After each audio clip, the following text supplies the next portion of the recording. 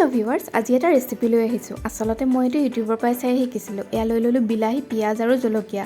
ধুনীয়াকৈ পেষ্টটো বনাই ল'লোঁ আৰু চিকেনৰ ভাল লগা পিচকেইটা লেগ পিচটোৰ সৈতে লৈ ল'লোঁ।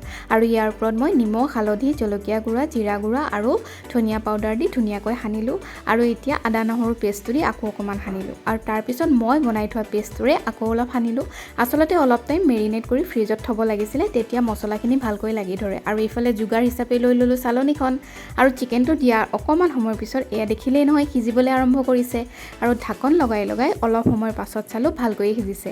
আৰু খন্তিখনেৰে এইবাৰ মই লৰাই ইফাল সিফাল কৰি দিলোঁ। আৰু এয়া ৰেডি হৈ গ'ল আমাৰ প্ৰডাক্ট। মই লৈ ল'লোঁ এয়া প্লেটখনত। আৰু এয়া চাওকচোন, ফাইনেল প্ৰডাক্টটো এনেকুৱা দেখিবলৈ হ'ল। কেনে হা